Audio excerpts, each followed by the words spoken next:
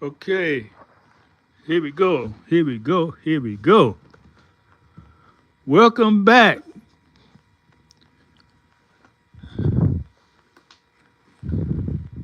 This is 10 o'clock Scholar, and this is the Sane Society. I got many names we go by. That's just one of them. Those who've been following the channel realize that nothing stays the same. Everything must change because the vibration is raising.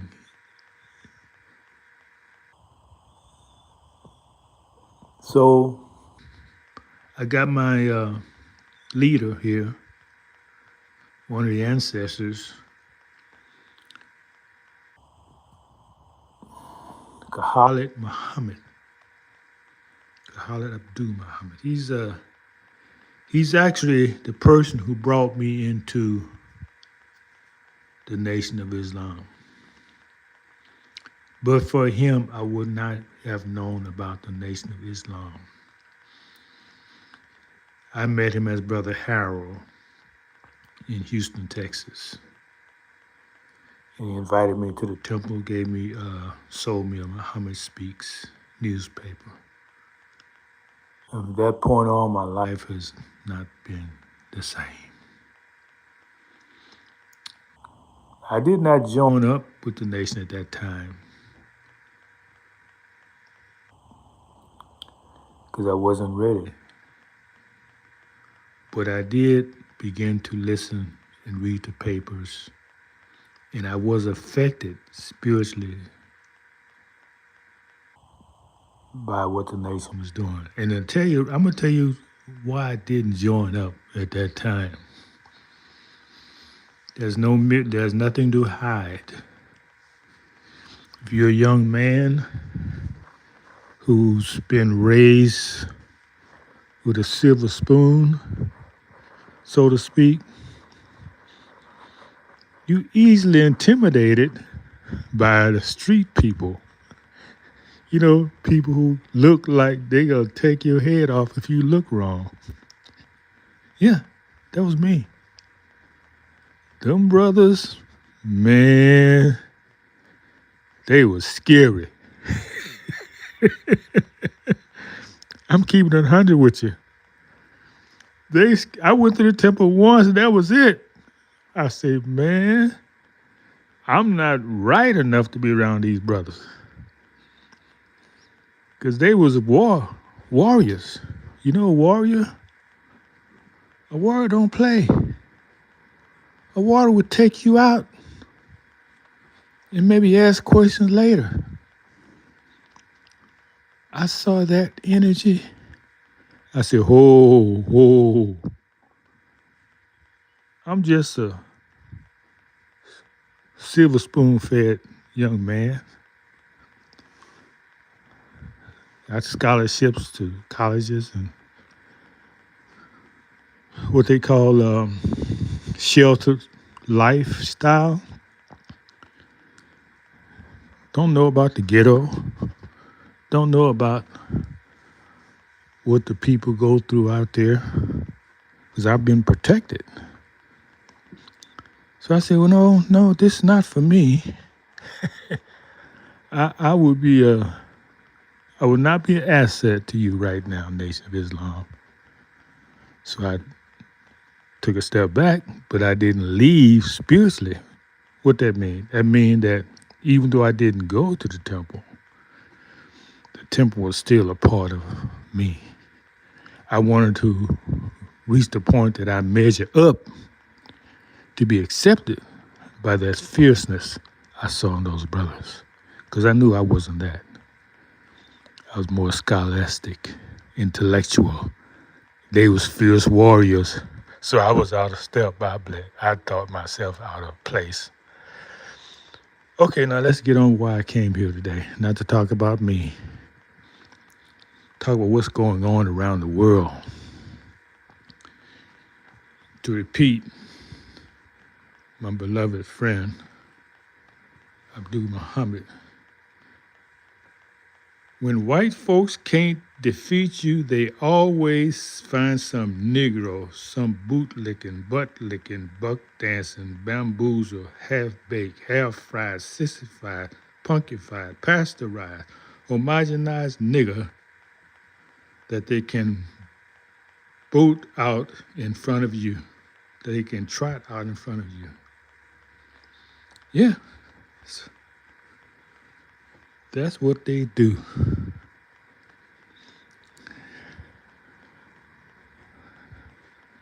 Having traveled to Africa 50 years ago, I've been attached to that land as well, following what goes on there, the turmoils, the successes.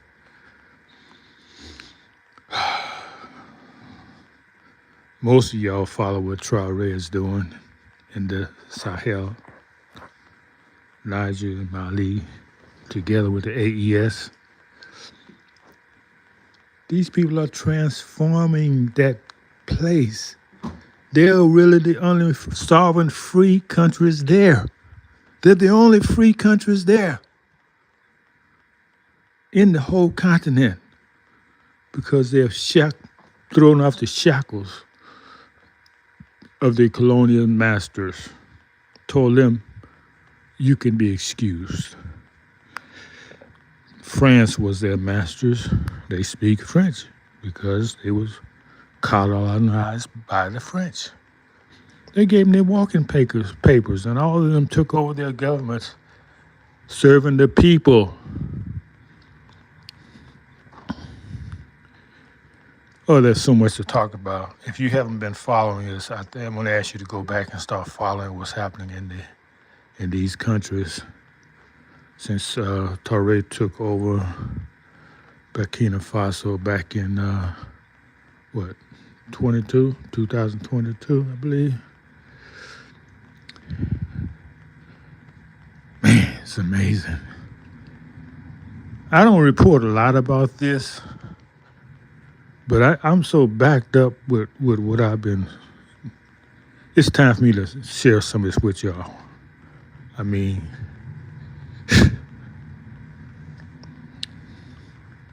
this is information war, and if you don't have the information, you are a casualty of war. So in short, these people are transforming the country, these Sahel countries. Touré in Burkina Faso, Mali, and Niger, the presidents there as well. And you got this buffoon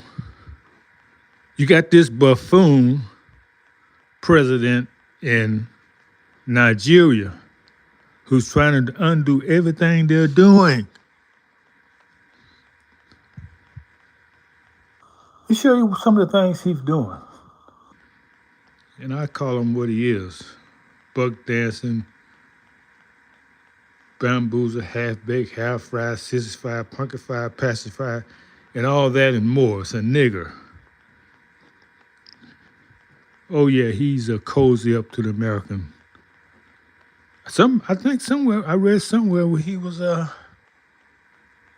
got to go back and check that out. Was he from America? Was he educated in America? I got to go back because he has a connection to America. This president of Canada, what's his name? I don't even remember his name. Baku something. First off, he invited the Americans there.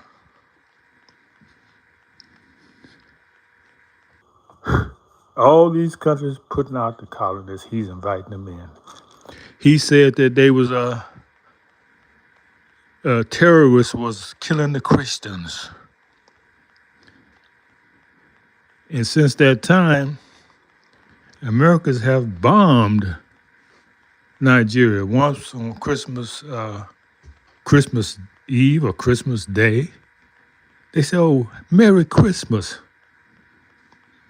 And the places that bombed was civilian areas. You see how this man is trying to kill his own people?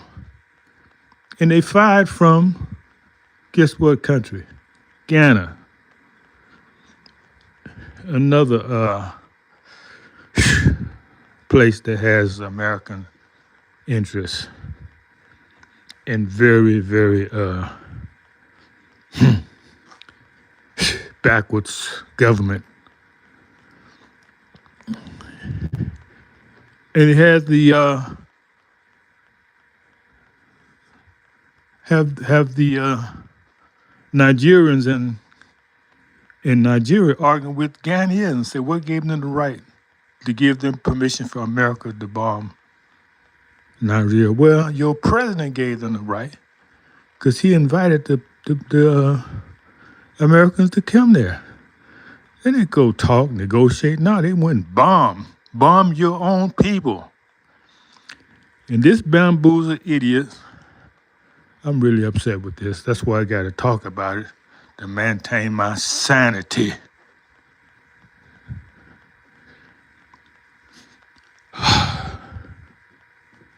He went to England,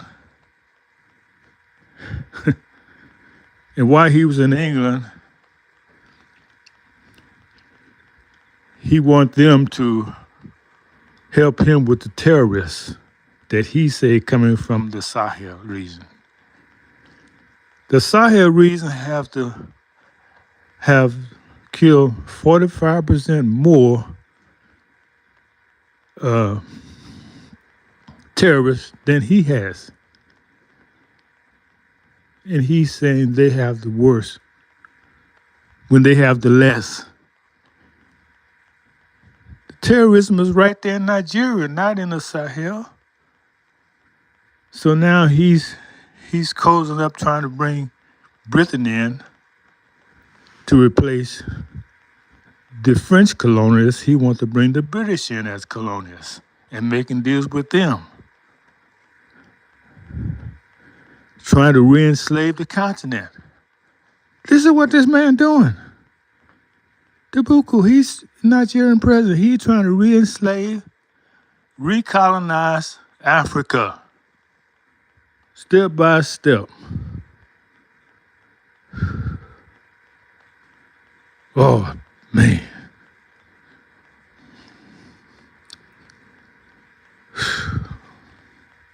What can we do about it? Well, first thing I can do is let you know about what's going on. Oh, that's not all. That's not all. That's not all he did.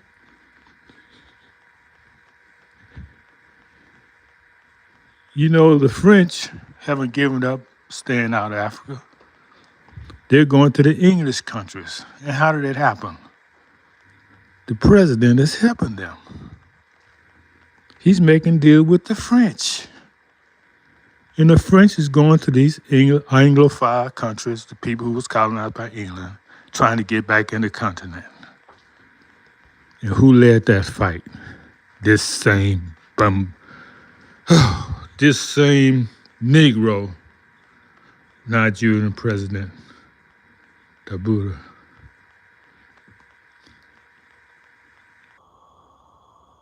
I mean, they just keep on coming. Not only that, while in England, he made deals with the British to kick out and deport his people from England, people who came there seeking a better life.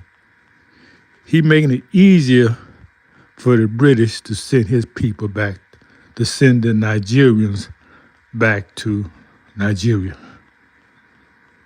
In other words, he don't want them to have a better life. He want to subject them to the reason why they left. I mean, everybody's leave their country for a reason, a better way of life. They can afford to leave. That's their freedom to leave.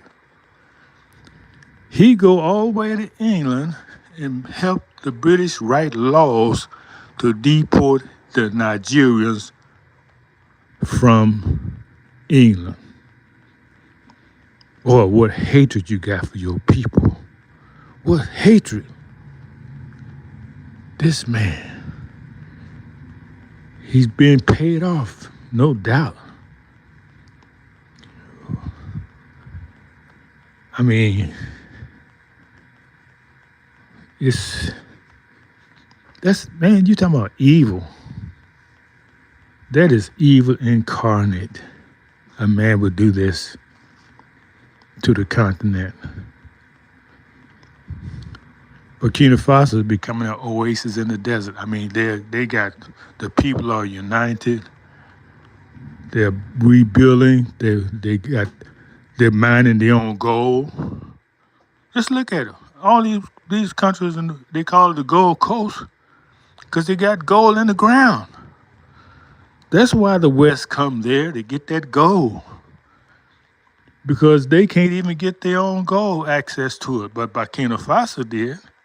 They said, no, we don't need you to come here and mine our gold and process it. We're going to do that ourselves. It's our gold. And he says, Burkina Faso say, look, people, we're going to start consuming. We're going to, if we don't make it, we're going to, slow down, Scholar, slow down. Eat what you consume and consume whatever you eat. If you didn't grow it, you're going to eat it. If you didn't make that chair, that bed, that stool, you can't import it. Make what you need for yourself. That's what intelligent people do. And you reach a certain level, that's the only way you be free. So when I wife left, I say the wives left, I couldn't see myself going buy no furniture, new furniture. For what? I wanted to make my own. I did make my own. I grow my own groceries. Had a few people. They found it. They was more easy for them to go to the store. They didn't want to do the work. But I say, hell, man, I want to be free. If I eat something, it's going to be something that I got from the Creator. I don't need you to grow food for me. I'm a free man. I grow my own food. I'm going to have to cut off now because I don't want to be over 20 minutes. And this is really just for me because these people don't listen to this. I go back and listen to it to keep my sanity. And a few people who listen, they don't do nothing. They don't circulate it. They just listen and, oh, that sounds good. Oh, he's crazy. But I'm doing my part. That's all you can do. Do your part, people. Shed the light on what's going on. And we got to get these bamboozles, sissified, punctified, pasteurized Negroes from around us. They all over. Thank y'all for listening.